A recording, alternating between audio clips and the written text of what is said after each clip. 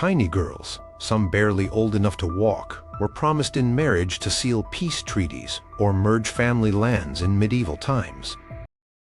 While the Church often suggested the age of consent for marriage at 12 for girls and 14 for boys, these were frequently just guidelines and betrothals. The formal promises to marry could happen when children were still in their cradles. Some noble girls were married off as young as 6 or 7, their small hands placed in those of grown men, their futures decided by dynastic ambitions. Many of these child brides never reached full adulthood, their lives cut short by the dangers of childbirth, their young bodies often not developed enough for such an ordeal. A girl's own wishes or feelings about her marriage rarely mattered. Her union was usually a strategic move, a political or economic transaction decided by her father, brothers, or other male relatives who held power over her life. They were pawns in a game of power, their childhood sacrificed for alliances, land, and the continuation of noble lines. Number 11. This 6-year-old princess became a queen and a widow before reaching her teens. Isabella of Valois was born a princess of France in 1389. Her life took a dramatic turn when at the tender age of just 6, she was married to King Richard II of England. He was 29 years old. The marriage, which took place in 1396, wasn't about love or companionship for Isabella. It was a high-stakes political move. The union was intended to bring about peace, or at least a long truce, between England and France, two kingdoms that had been fighting for decades in what would later be called the 100 Years' War. Sources from the time suggest that King Richard was kind to his child bride. He reportedly treated her with respect and courtesy, perhaps understanding her extreme youth. There are accounts of him visiting her and showing her affection in a fatherly way. It's widely believed that the marriage was never physically consummated due to Isabella's age. She was given her own household and was being educated as a future queen. However, her life as Queen of England was destined to be short and turbulent. Only a few years after the wedding, in 1399, King Richard II was overthrown by his cousin Henry Bolingbroke, who became King Henry IV. Richard was imprisoned and died shortly thereafter, in early 1400, under mysterious circumstances. This left Isabella a widow at the age of 10. She was now in a difficult position, a French princess in an England ruled by the man who had deposed her husband. King Henry IV initially kept Isabella in England, possibly hoping to marry her to his own son, the future King Henry V. Isabella, however, showed remarkable strength of character for someone so young. She mourned Richard deeply and refused to acknowledge Henry IV as the rightful king. She also steadfastly refused the proposed marriage to Prince Henry. She insisted on her status as Queen of England and demanded to be returned to her family in France.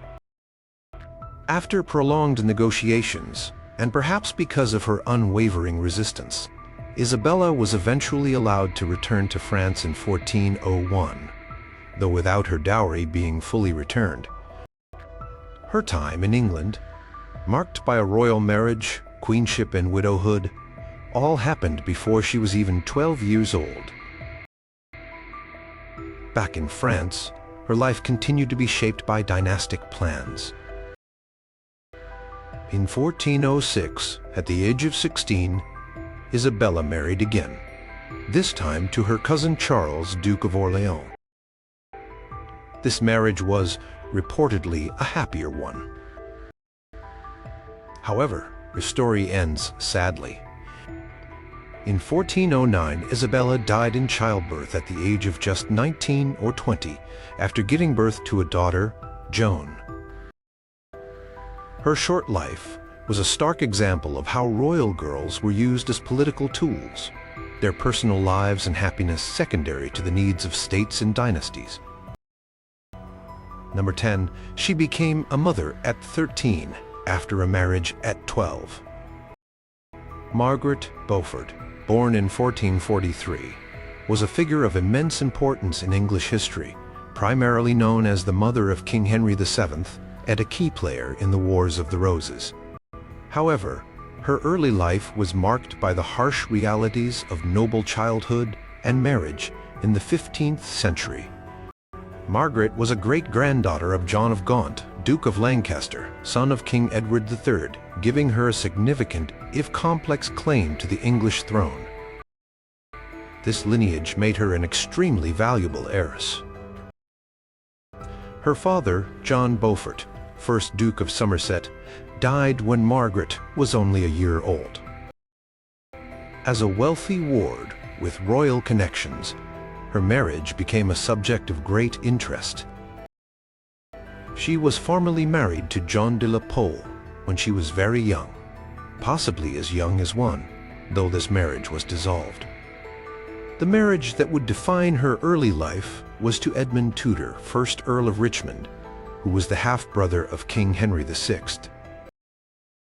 They were married in 1455. Margaret was 12 years old. Edmund Tudor was about 24. Such an age gap was not uncommon, nor was the youth of the bride. The primary purpose of such a marriage for a noblewoman like Margaret was to secure alliances and, crucially, to produce heirs. For Margaret, this expectation became a reality very quickly and dangerously. Just over a year after her marriage, Edmund Tudor died from the plague in November 1456, leaving his young wife pregnant.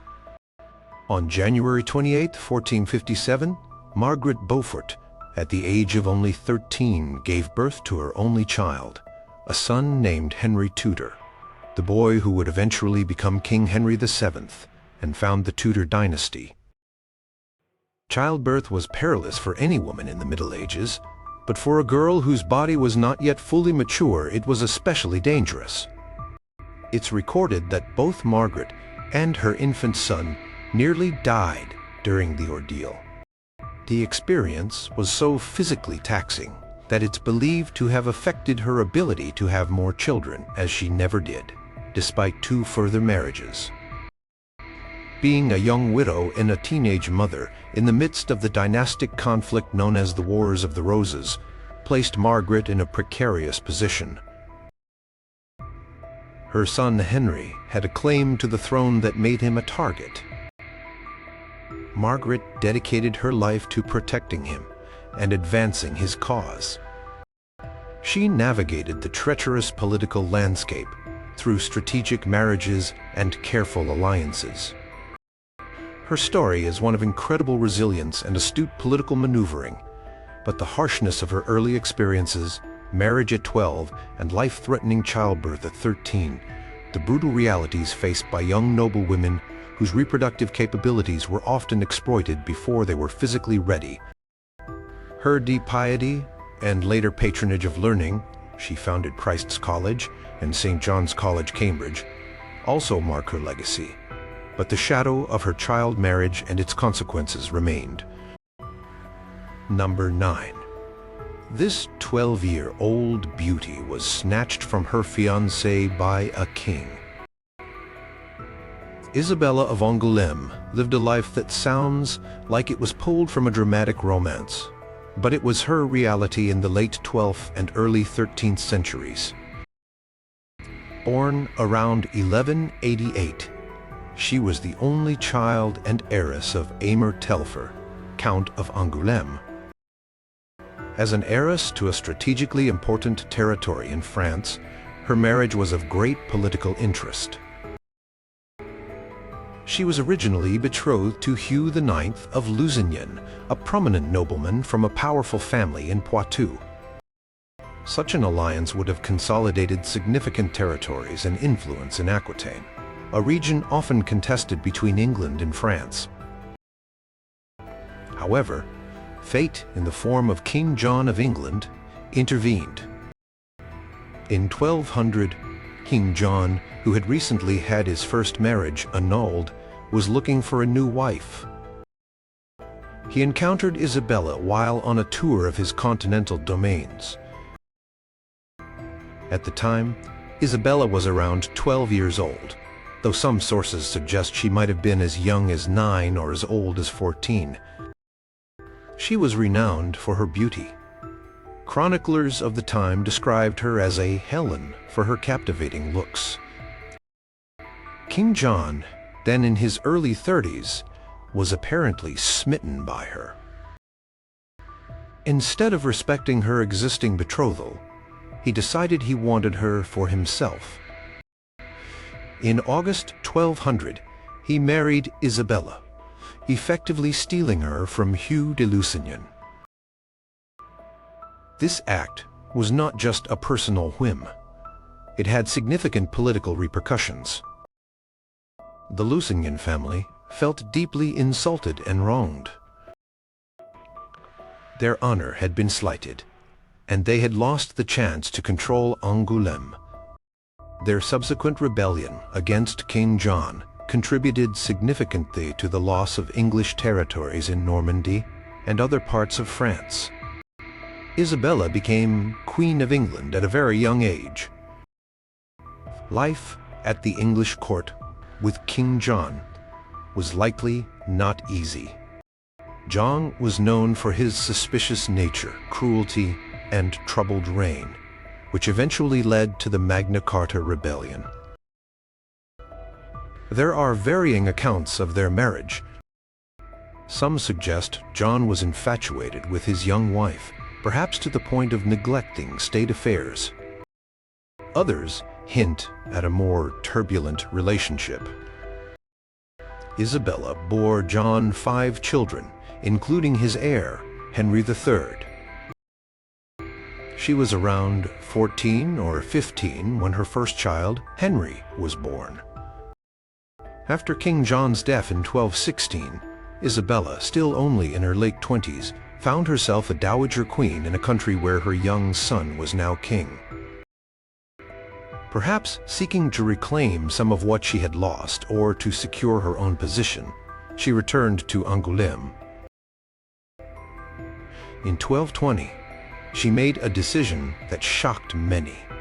She married Hugh X of Lusignan, the son of the man she had been betrothed to before King John swept her away. This marriage was also politically motivated, aiming to strengthen her hold on her continental lands and to reconcile with the powerful Lusignan family. She had more children with Hugh. Isabella's life was one of dramatic turns, shaped by the desires of powerful men and the political needs of the era. Her marriage as a child to King John set off a chain of events that impacted kingdoms, and her own story illustrates the potent mix of beauty, inheritance, and politics that defined the lives of many noblewomen. She ended her days in Fontevraud Abbey, the same place where Eleanor of Aquitaine and Richard the Lionheart were buried. Number 8. She secretly married at 12. Only to be forced into another marriage. Joan of Kent, born in 1328, was celebrated in her time as the Fair Maid of Kent due to her renowned beauty. She was a granddaughter of King Edward I of England, which placed her firmly within the royal circle and made her a desirable match. Her early life, however, was marked by a romantic and marital tangle that demonstrated the limited control young noblewomen had over their own destinies, even when they tried to assert their will.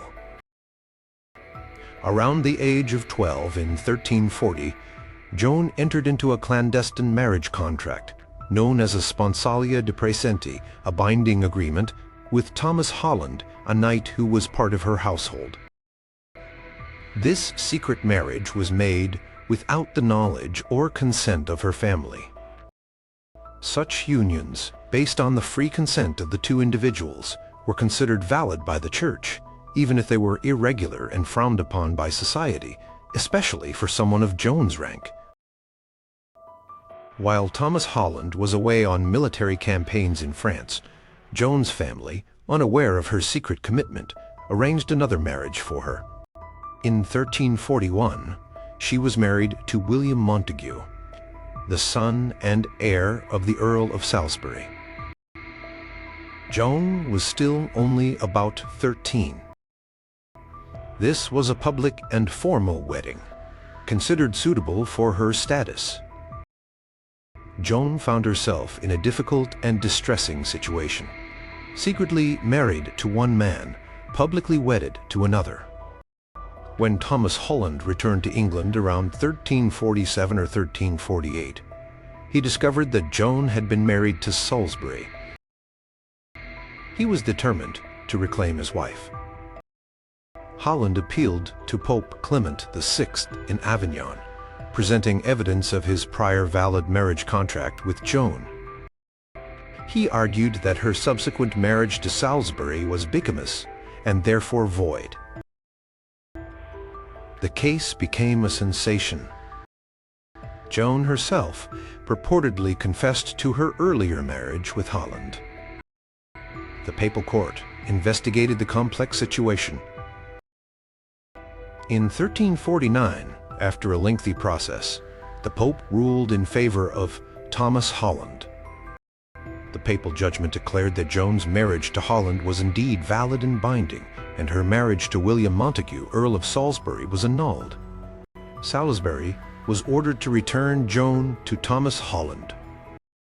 This ruling affirmed the Church's doctrine that mutual consent, freely given, was the bedrock of a valid marriage, even over family arrangements and public ceremonies. Joan and Thomas Holland were then able to live openly as husband and wife. They had several children together.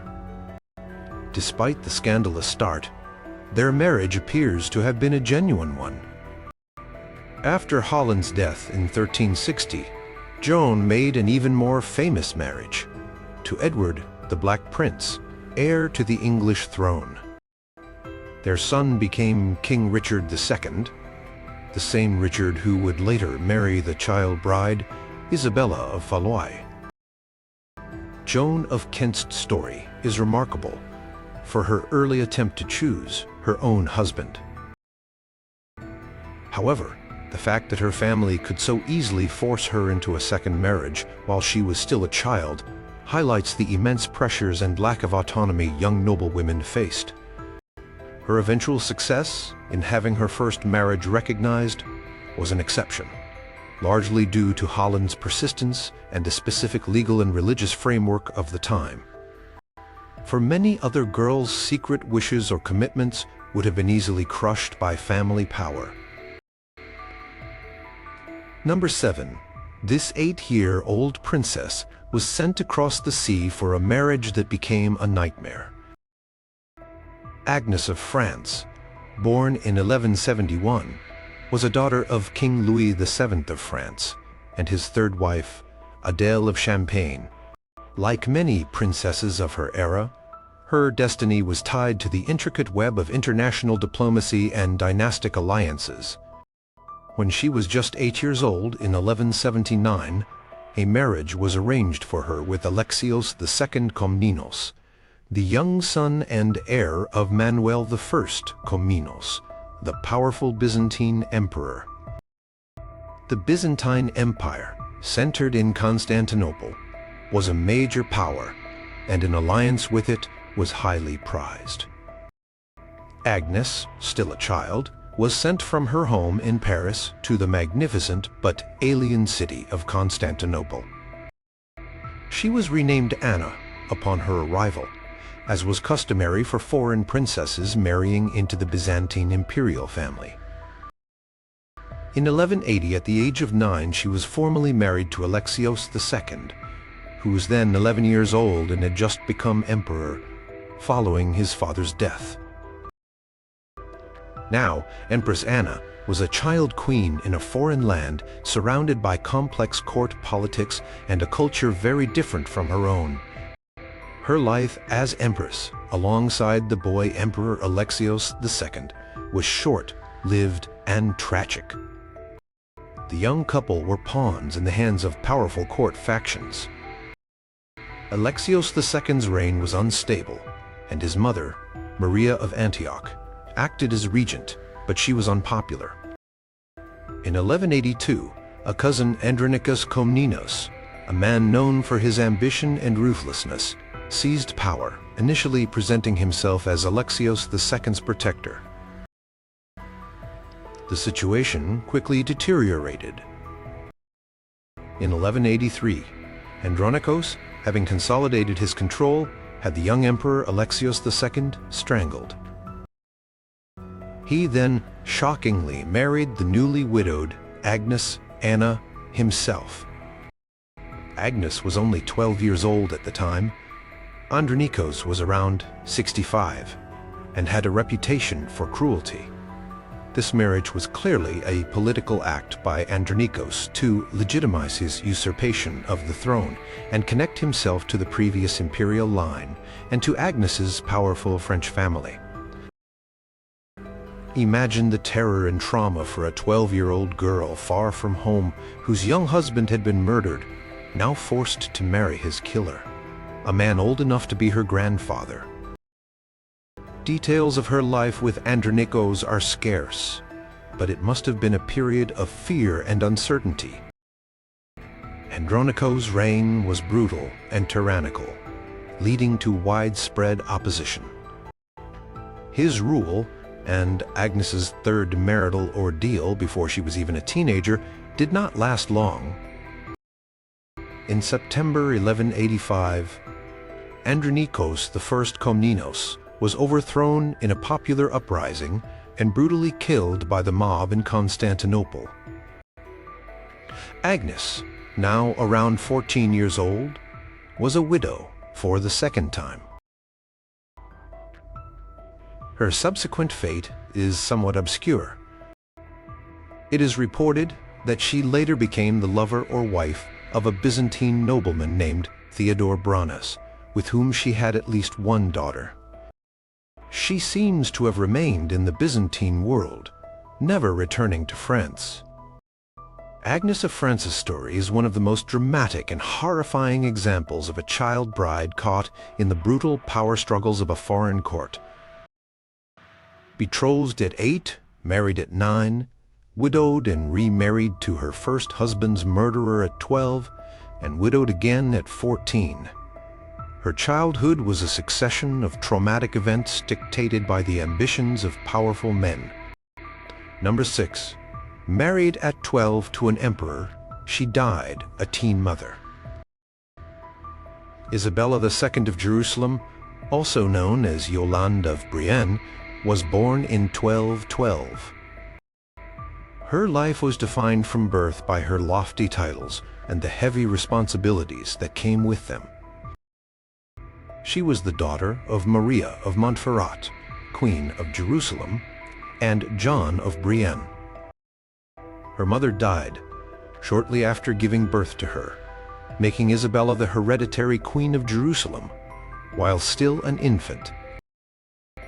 The Kingdom of Jerusalem was a crusader state, and its queen was a figure of immense political and symbolic importance, especially to the powers of Europe who were keen to maintain a Christian presence in the Holy Land.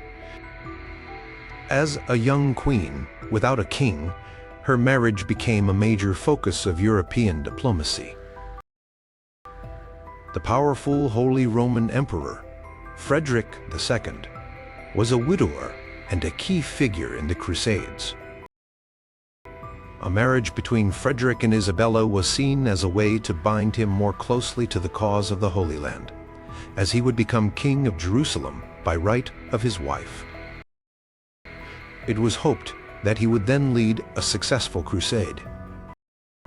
Negotiations were concluded, and in 1225 Isabella II, at the age of 13, was married to Emperor Frederick II.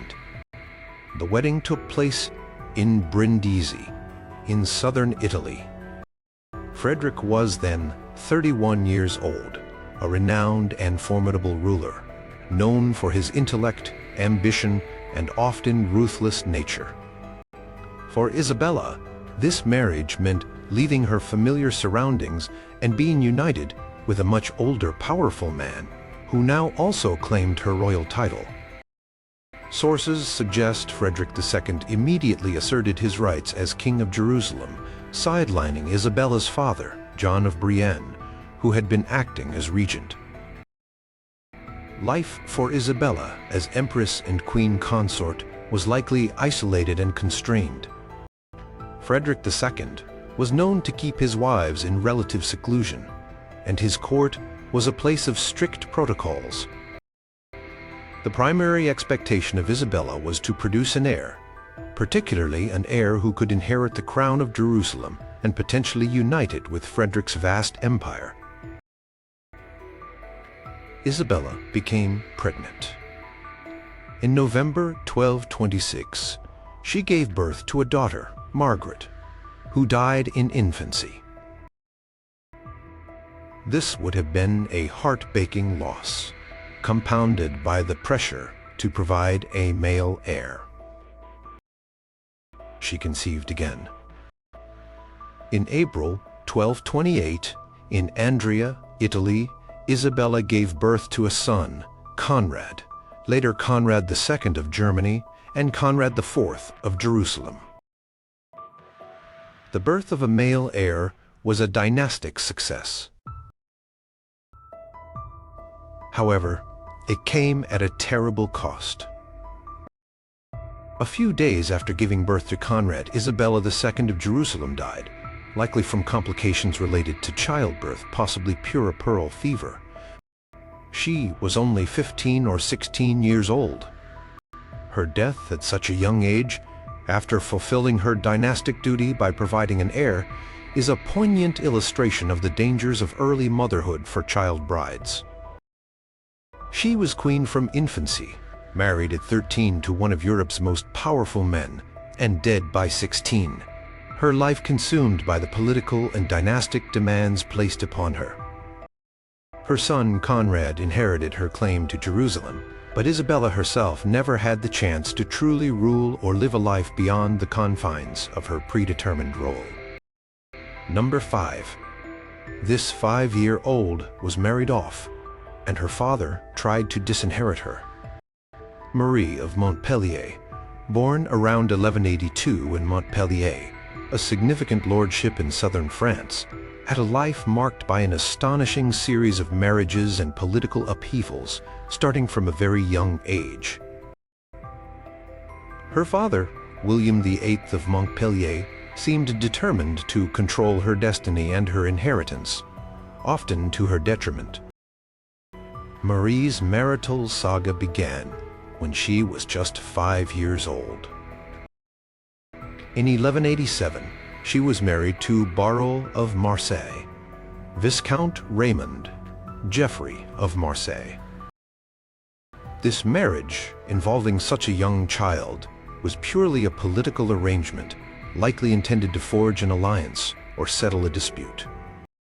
Such child marriages were often conditional, with consummation and cohabitation deferred until the children reached puberty. However, this particular union did not last. It was annulled in 1192, when Marie was around 10 years old, reportedly on grounds of consanguinity, being too closely related, though the political motivations of her father likely played a significant role. Later that same year, or shortly after, her father tried to make her become a nun, perhaps to remove her from the line of succession. Her father, William VIII, had remarried and desired to have his sons from this later marriage inherit Montpellier, even though Marie was his legitimate child from his first wife, Eudokia Courtenay, a Byzantine princess. To this end, he forced Marie into another marriage in 1197. At the age of about 15, Marie was married to Count Bernard IV of Comminges. This marriage was deeply problematic. Bernard IV was already married. In fact, he had 2 other living wives at the time he married Marie. He was a known bigamist. Marie was forced into this union, and her father even made her renounce her rights to Montpellier in favor of her half-brother.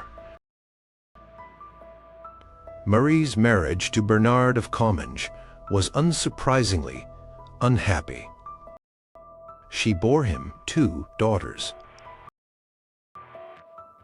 After about 5 years, Bernard repudiated her.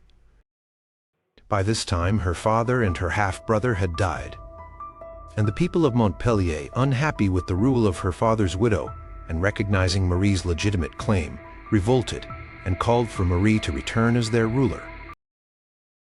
Now, free from Bernard, though the legal status of that marriage remained complex, Marie, in her early 20s, faced another politically motivated marriage. In 1204, she married Peter II of Aragon, a powerful king. This marriage was strategically important for Peter, as it brought him control of Montpellier. Marie bore Peter 2 children, a daughter, Sancha, and a son, James. The future James I of Aragon, known as James the Conqueror. However, this marriage too was fraught with difficulty. King Peter II soon tried to divorce Marie, likely to marry Maria of Montferrat, who would later become the mother of Isabella II of Jerusalem, and to gain claims to the Kingdom of Jerusalem. He also attempted to have their son James declared illegitimate. Marie fought fiercely to protect her marriage and her son's rights. She traveled to Rome to plead her case before Pope Innocent III. The Pope eventually ruled in her favor in 1213, declaring her marriage to Peter valid and their son James legitimate. Tragically, Marie died in Rome in April 1213, shortly after her victory, possibly from illness. She was around 31 years old. Her son James was only 5 and was for a time held captive by Simon de Montfort. Marie of Montpellier's life was a relentless struggle against the manipulations of her father and husbands. Married at 5, forced into a bigamous union as a teenager, and constantly fighting for her rights and her son's inheritance, her story highlights the extreme vulnerability and yet, in her case, the remarkable resilience of some noblewomen caught in the ruthless power plays of the medieval world. Number 4. A queen at 12. Her father had her marriage annulled to keep her children away from her. Agnes of Courtenay, born around 1136, was a Frankish noblewoman in the Crusader Kingdom of Jerusalem. Her life, particularly her early marriages, illustrates the precarious nature of status and the harsh realities women faced when political winds shifted. Her father was Jocelyn, the second Count of Edessa, one of the Crusader states. The Courtenay family was influential, but also controversial. Agnes was first married at a young age, possibly between 12 and 15, to Reynald of Morache. Details about this marriage are scarce other than that Reynald was killed at the Battle of Inab in 1149, leaving Agnes a young widow. After Reynald's death, she was betrothed, or perhaps even briefly married, to Hugh of Ibelin, a prominent nobleman. However, this union was apparently prevented or quickly annulled. Around 1157, when Agnes was about 21, though some sources suggest she might have been younger, possibly around 17 or 18, she married Amalric, Count of Jaffa and Ascalon. Amalric was the younger brother and heir presumptive of King Baldwin III of Jerusalem. This was a significant match for Agnes. She and Amalric had 2 children together, a daughter, Sibylla, born around 1160, and a son, Baldwin, born in 1161, the future King Baldwin IV, known as the Leper King. Their family life was disrupted when King Baldwin III died childless in 1163. Amalric was his heir, but there was a condition to his accession to the throne. The High Court of Jerusalem, the assembly of nobles, demanded that Amalric annul his marriage to Agnes of Courtenay before they would accept him as king. The official reason given for the annulment was consanguinity, that Agnes and Amalric were too closely related. They shared a common great-grandfather. However, many historians believe the real reasons were political. Agnes had a reputation for being scandalous or politically divisive, or perhaps the nobles simply disliked her influence or that of her family. Some chroniclers of the time, like William of Tyre, who was not an admirer of Agnes, painted her in a negative light. Amalric agreed to the annulment to secure the crown, but he insisted that his children with Agnes, Sibylla, and Baldwin be declared legitimate and retain their rights of succession. The Church granted the annulment on the grounds of consanguinity. Agnes was thus cast aside as queen, though she retained the title of Countess of Jaffa and Ascalon from her marriage, and received an income. Perhaps the most heartbreaking aspect for Agnes personally was the separation from her children. Sibylla was sent to be raised in a convent, and young Baldwin, the heir to the throne, remained at court with his father. Agnes had limited, if any, access to them during their formative years. While Amalric went on to marry a Byzantine princess, Maria Comnene, to secure an alliance, Agnes's story did not end there. She remained an influential figure in the kingdom, partly through her connections and later through her son and daughter when they came to prominence.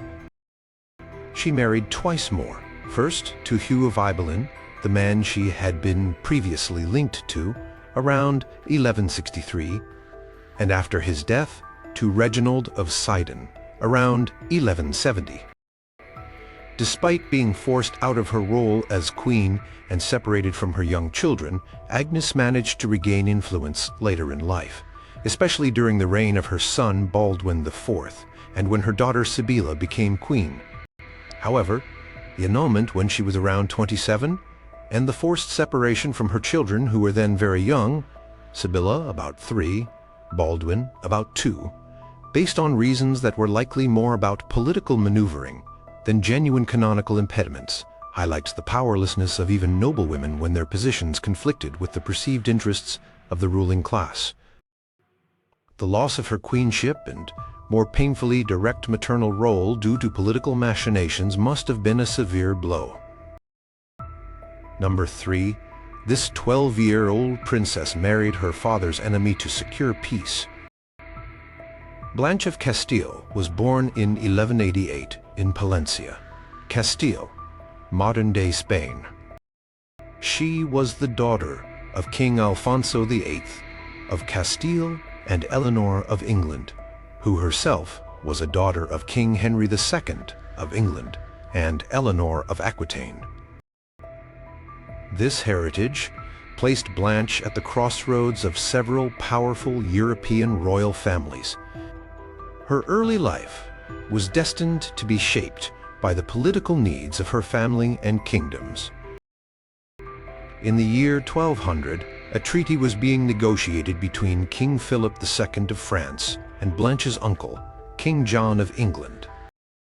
This treaty, known as the Treaty of Le Goulet, aimed to settle some of the ongoing disputes between England and France over English possessions on the continent. A key part of sealing such treaties was often a dynastic marriage. It was decided that one of King Alfonso VIII's daughters would marry Louis the heir to the French throne, the future King Louis VIII. The choice of which Castilian princess would be the bride fell rather unusually to the aged Eleanor of Aquitaine, Blanche's grandmother. Eleanor, then in her late 70s, traveled to Castile to select the bride. Legend has it that she chose Blanche over her elder sister Urraca because Blanche's name would be more acceptable in France, as Blanche means white and was seen as auspicious, whereas Urraca was considered a harsher name. Whether this story is true or not, the 12-year-old Blanche was selected. Accompanied by her formidable grandmother, Blanche traveled from Spain to France. The journey itself was arduous. On May 23, 1200, shortly after her 12th birthday, Blanche of Castile was married to Prince Louis of France, who was 13. This was very much a political marriage, designed to foster peace and create an alliance between two often warring royal houses. For Blanche, it meant leaving her home, her family, and her culture to live in a new land as the wife of the future king. Despite the political nature of their union and their youth, the marriage between Blanche and Louis appears to have developed into a strong and affectionate partnership. Blanche quickly adapted to her new role and environment. She was known for her intelligence, piety, and strong character. Over the years, they had 12 or 13 children, though many died in infancy, a common tragedy in the Middle Ages. Her first child was born when she was around 17. Blanche's true capabilities shone after Louis VIII ascended the throne in 1223 and then died prematurely in 1226. Their son, Louis IX, later St. Louis, was only 12 years old when he became king. Blanche was appointed Regent of France, a position of immense power and responsibility. She faced numerous challenges, including rebellions from powerful French nobles who resented being ruled by a foreign woman and sought to take advantage of a child king's reign. Blanche, however, proved to be an exceptionally skilled and determined ruler.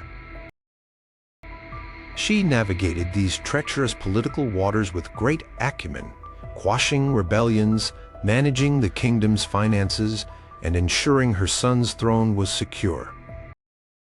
She played a crucial role in shaping Louis IX into one of France's most revered kings. Even after Louis IX came of age, Blanche remained his most trusted advisor. She even served as regent again when he went on crusade. While Blanche of Castile's story is often seen as one of success, a capable queen, and a powerful regent. It began with a child marriage at the age of 12. She was uprooted from her homeland and thrust into the heart of French politics for reasons of state. The loss of her childhood and the immediate pressures of her new dynastic role, even if she managed them with extraordinary skill, represent the common fate of medieval princesses. Her personal feelings at being married off so young are not extensively recorded, but the abrupt transition from a Castilian childhood to a French royal future must have been profound. Number 2. She married her stepson after her 50-year. Old husband died just 2 years into their marriage. Judith of Flanders, also known as Judith of France, was born around 843 or 844. She was the daughter of Charles the Bald, King of West Francia and later Holy Roman Emperor, and Ermentrude of Orleans.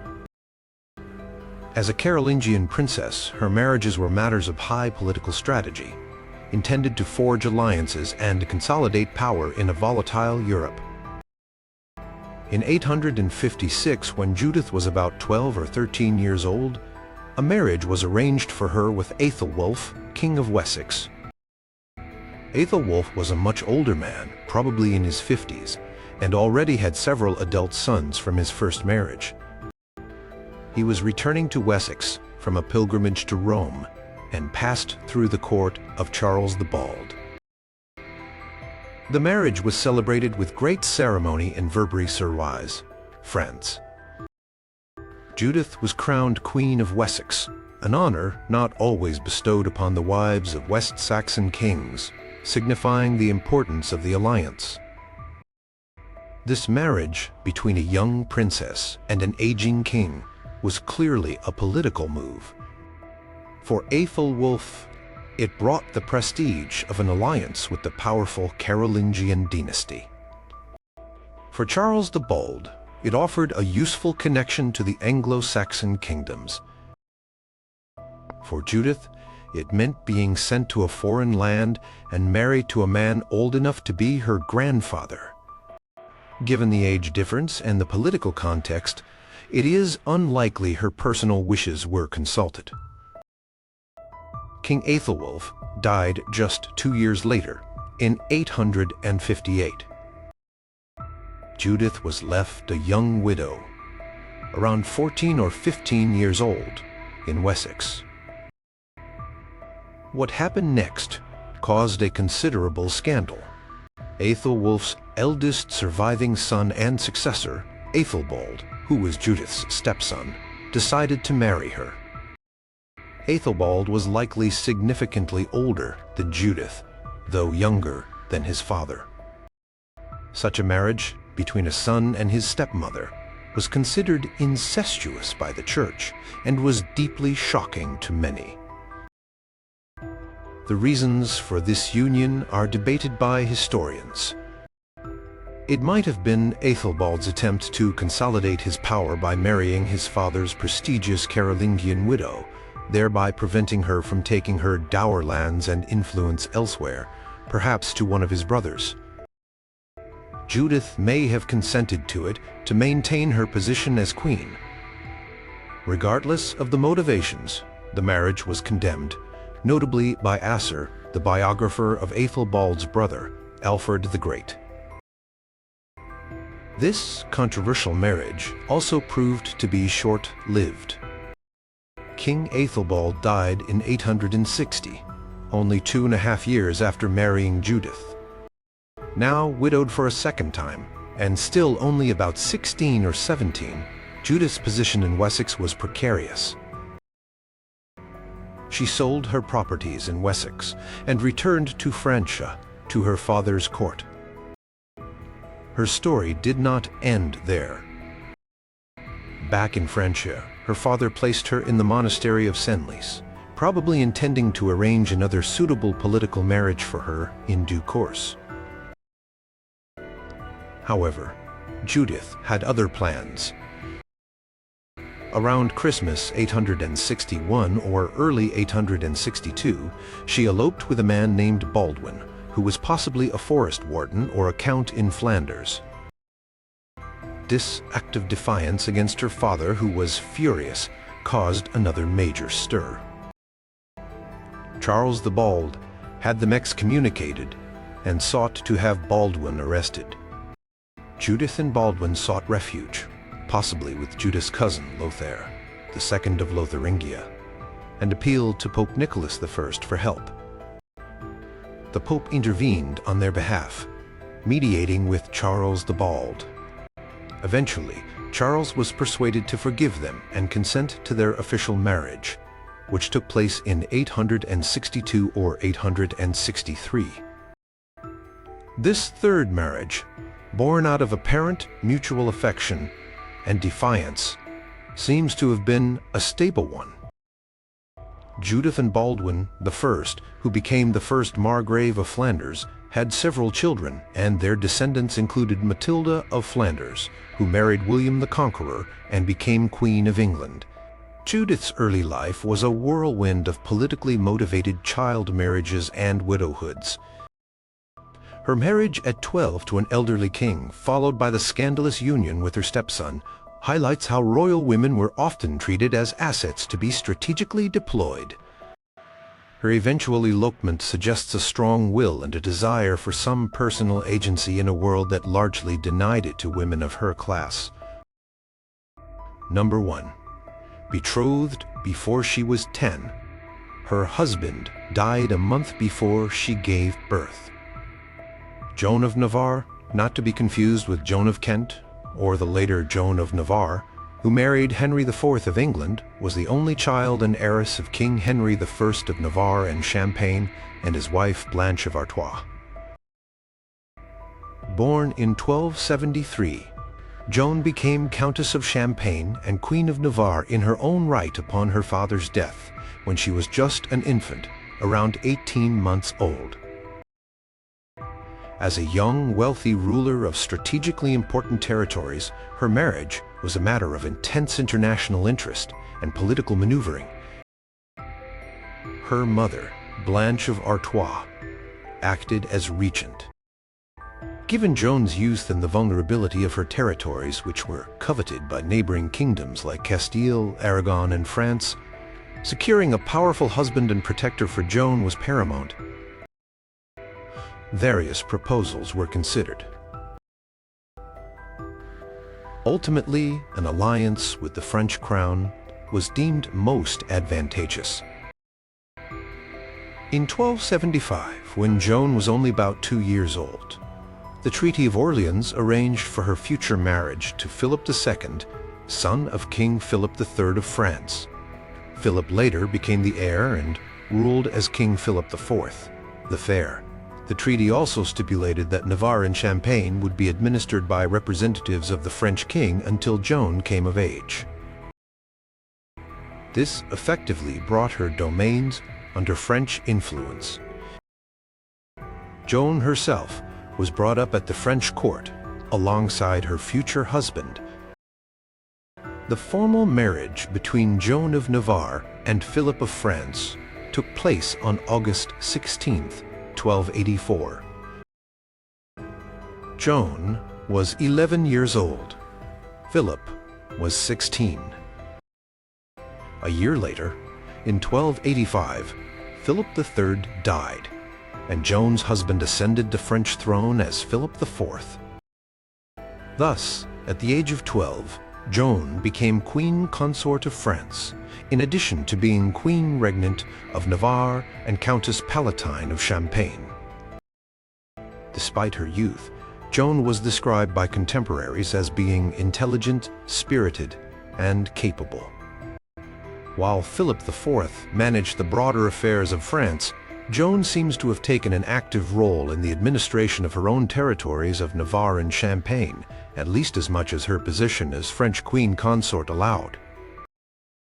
She reportedly governed Champagne with sagacity and even led an army to defend her rights as countess against a revolt by the Count of Bar. As Queen of France, a primary expectation was to provide heirs to the French throne.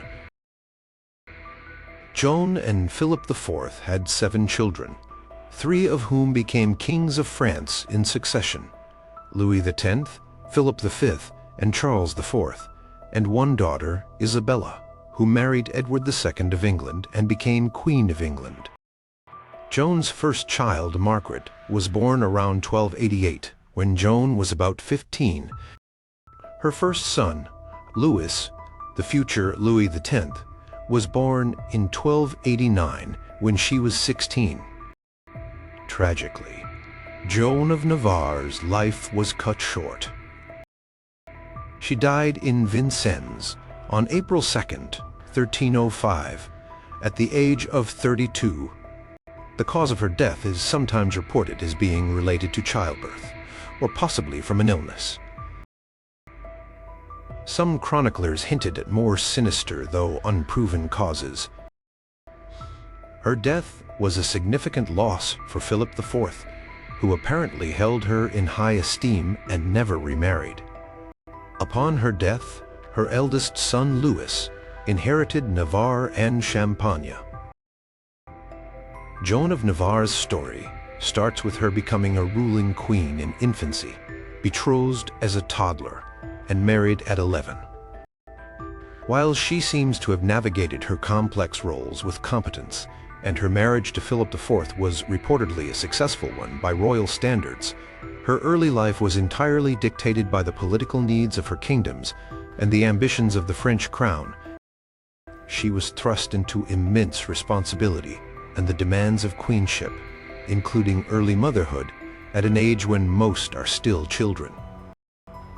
Her active governance and spirited defense of her lands suggest a strong personality, but one that was shaped and constrained by the framework of medieval dynastic marriage that began for her practically from birth. The very fact that her father died a month before she gave birth, as stated in a more general context of tragic circumstances for some brides, applies directly to Margaret Beaufort's story. Number 10 in this article, who became a mother at 13 after her husband Edmund Tudor died before their son's birth, rather than Joan of Navarre. Joan of Navarre's husband, Philip IV, outlived her by 9 years.